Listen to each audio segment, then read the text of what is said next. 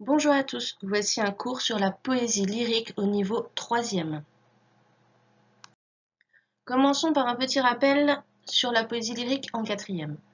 Les origines de la poésie lyrique. La poésie lyrique nous provient de la mythologie grecque, c'est-à-dire de l'Antiquité. Il faut retenir deux noms, le nom d'Apollon et le nom d'Orphée. Orphée était un jeune homme qui, dès l'enfance, avait des prédispositions pour être un grand poète. Il a été repéré par le dieu Apollon. Apollon, rappelons-le, est le dieu des arts, de la lumière et de la divination. Donc Apollon repère ce jeune homme qui crée des poésies et lui fait don d'un instrument de musique, la lyre, une sorte de petite harpe à 7 cordes. Grâce à cette petite harpe, Orphée va créer de la musique et des poèmes qui vont avoir le pouvoir de charmer tout ce qui l'entoure. On dit même qu'il arrivait à attendrir les bêtes sauvages et à charmer la nature, à tel point que même les arbres et les rochers se déplaçaient derrière lui.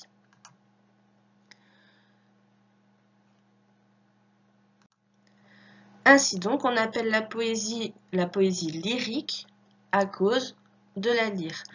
La poésie dès l'Antiquité est quelque chose de chantant, de quelque chose de musical. C'est pour ça qu'on a les rimes, c'est pour ça qu'on a les rythmes en poésie, les vers particuliers, les alexandrins, etc.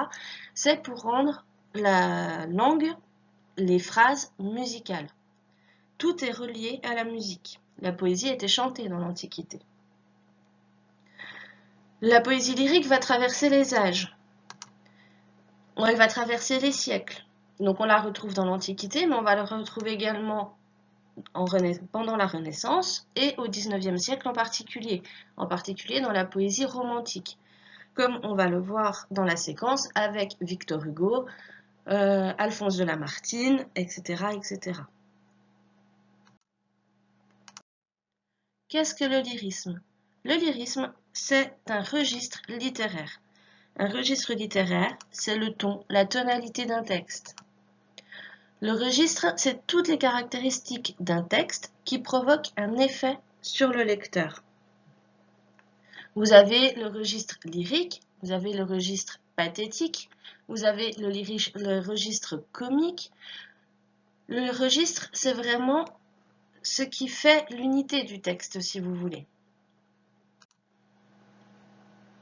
Vous avez également le registre tragique ou le registre fantastique, ou encore celui qu'on a vu dans la séquence précédente, le registre satirique, qui vient se moquer. Dans un même texte, on peut retrouver plusieurs registres. Ce n'est pas parce que vous avez un texte qui est comique au début qu'il ne peut pas, à un moment donné, devenir tragique, susciter la terreur. Ou encore, ce n'est pas parce que le texte est pathétique, c'est-à-dire qu'il va susciter la pitié, la compassion du lecteur, qu'à un moment donné, il ne peut pas basculer dans la tragédie ou encore dans la comédie. Un registre, attention, il n'est pas forcément lié à un genre littéraire particulier. Rappelez-vous ce qu'est un genre littéraire. Un genre littéraire, ça va être la poésie, la presse, le théâtre, le roman, etc. Un registre peut appartenir à plusieurs genres littéraires. On peut avoir du lyrisme dans un texte poétique, on peut avoir du lyrisme dans un roman, on peut retrouver du lyrisme au théâtre, etc., etc. Le registre lyrique se caractérise par quoi? Il se caractérise par l'expression des émotions et des sentiments personnels. C'est vraiment ce qu'il faut que vous reteniez. L'expression des émotions et des sentiments personnels. Les sentiments, les émotions, ça va être la mélancolie, la nostalgie, le bonheur, la souffrance, l'angoisse. Petit rappel, ce qu'est la mélancolie? C'est un état de dépression, de tristesse vague, de dégoût de la vie. On n'est pas bien quand on est mélancolique. On a un petit peu cette forme de tristesse qu'on ne saurait pas trop expliquer, par exemple. Et la nostalgie, au départ, c'est la tristesse causée par l'éloignement du pays natal. On est nostalgique, par exemple, quand on part très longtemps en vacances et que notre pays nous manque, qu'on a envie de rentrer chez nous. La nostalgie, c'est également un regret attendri, c'est-à-dire que vous regrettez une période de votre vie, mais vous n'en éprouvez pas une vive douleur. C'est juste un regret qui reste dans votre cœur. Donc, le registre lyrique se caractérise par des émotions et des sentiments personnels. Il se caractérise également par les thèmes abordés. C'est-à-dire que dans un registre lyrique, on va aborder le thème de l'amour, de la mort, du regret, de l'angoisse existentielle, donc la peur de la vie, la peur de ce qui va arriver pendant la vie, la nature et ses mystères, la douleur liée à la perte d'un être cher, le deuil si vous voulez, l'aspiration à un idéal, l'exaltation des passions, la fuite du temps, c'est le fait que le temps passe et qu'on ne peut rien y faire et qu'on aimerait bien faire quelque chose mais on ne peut pas. Donc attention à ne pas confondre émotions et sentiments et thèmes. Les émotions et les sentiments sont là pour illustrer, pour donner vie au thème dont veut parler le poète. Le thème, lui, c'est le sujet du poème. De quoi est-ce que va parler le poète dans son poème? Si le thème du poème est l'amour, on va retrouver des émotions et des sentiments liés à l'amour. Si le thème, au contraire, c'est la fuite du temps, eh bien, on va retrouver des champs lexicaux, par exemple, liés au temps, liés au regret, liés à l'impatience, etc. C'est vraiment deux choses différentes. Retenez bien que le thème, c'est le sujet du poème, et que les émotions et les sentiments, c'est ce qui vient nous donner le thème. C'est ce qui vient nous expliquer de quel thème parle le poète. Voici un poème de Louise Labbé, Je vis, je meurs, donc datant du XVIe siècle. Je vis, je meurs, je me brûle et me noie. J'ai chaud extrême en endurant froid dur. La vie m'est est trop molle et trop dure. J'ai grands ennuis entremêlés de joie. Tout à coup je ris et je larmoie. En mon plaisir, maint grief tourment j'endure. Mon bien s'en va et à jamais il dure. Tout en un coup, je sèche et je verdoie. Ainsi amour inconstamment me mène. Et quand je pense avoir plus de douleur, sans y penser je me trouve hors de peine. Puis, quand je crois ma joie être certaine, et être au haut de mon désir et heure, il me remet en mon premier malheur. Dans ce poème de Louise Labbé, nous avons divers sentiments et émotions, et ces sentiments et émotions nous conduisent au thème. Essayez de réfléchir un petit peu aux sentiments et émotions présents ici.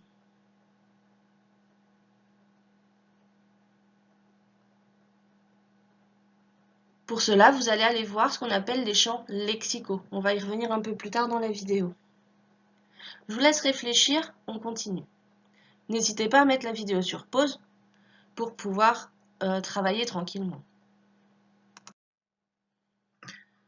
À quoi reconnaît-on le registre lyrique? Eh bien, on le reconnaît à l'emploi de la première personne. Donc ça, c'est une des premières choses à retenir. Le poète dit « je ». Dans un poème lyrique, le poète dit « je ». Ensuite, on va utiliser ce qu'on appelle un vocabulaire affectif.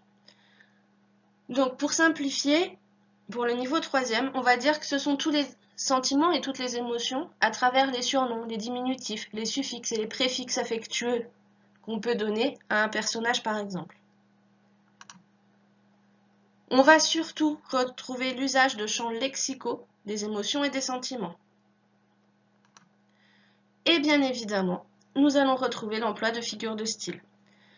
Donc, je vous en ai sélectionné quelques-unes qui reviennent à chaque fois. L'antithèse.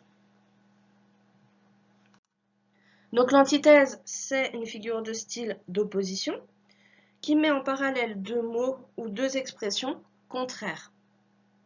En général, les deux parties sont séparées par une virgule.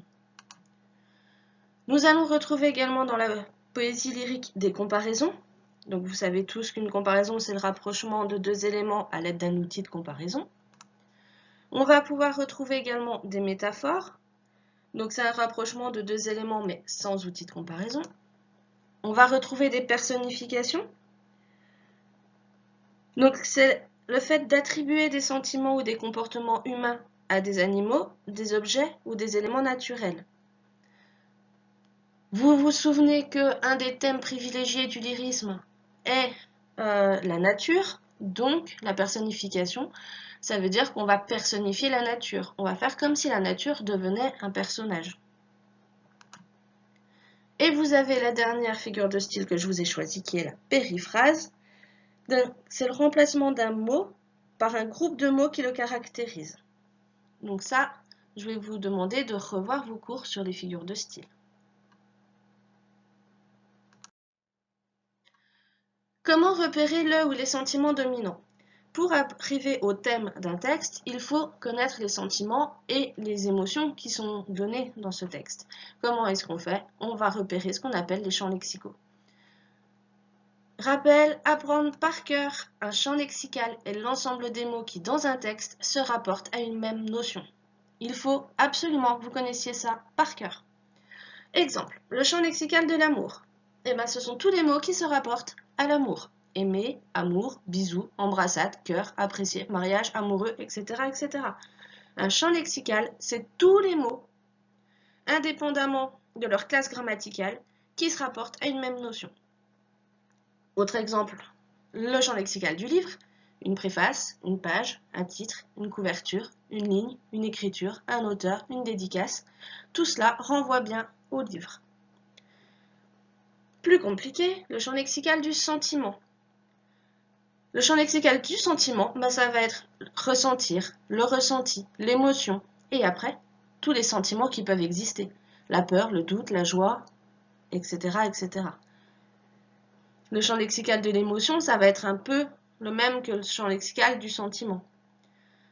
C'est ce qu'on ressent, d'accord? Attention, les mots d'un même champ lexical peuvent être des noms, des adjectifs qualificatifs ou des verbes. C'est-à-dire qu'ils n'ont pas forcément la même classe grammaticale. Ce n'est pas tous des noms, ce n'est pas tous des verbes, etc., etc. Si nous reprenons le texte de tout à l'heure de Louise Labbé, « Je vis, je meurs »,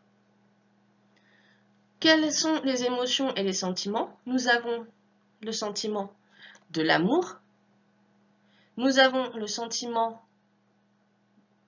de la douleur un petit peu, de la douleur amoureuse.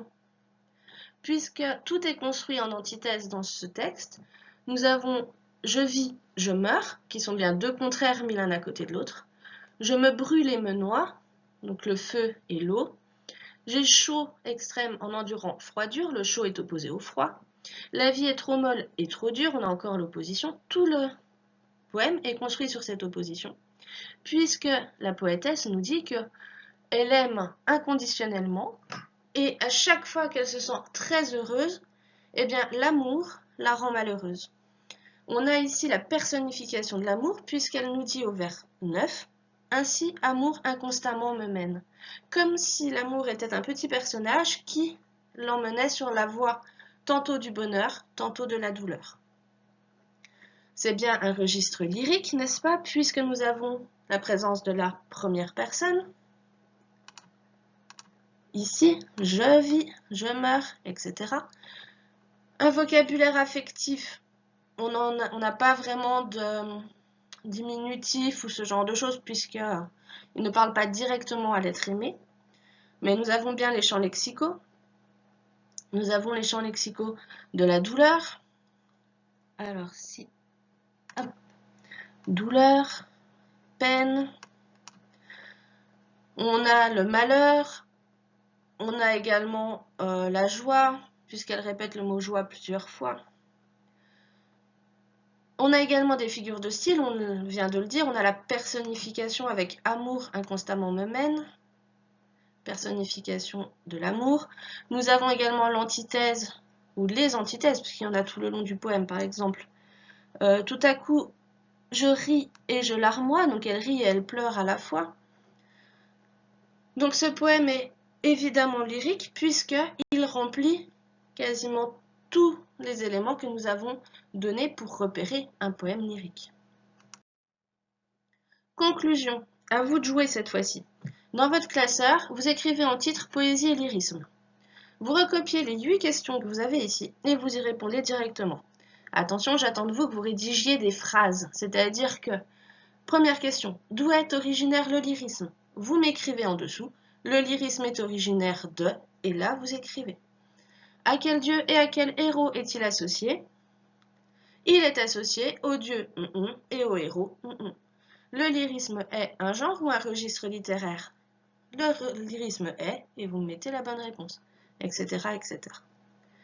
Je vous souhaite à tous une bonne journée et j'espère que cette vidéo vous aura un petit peu éclairé. Bonne journée à tous, au revoir.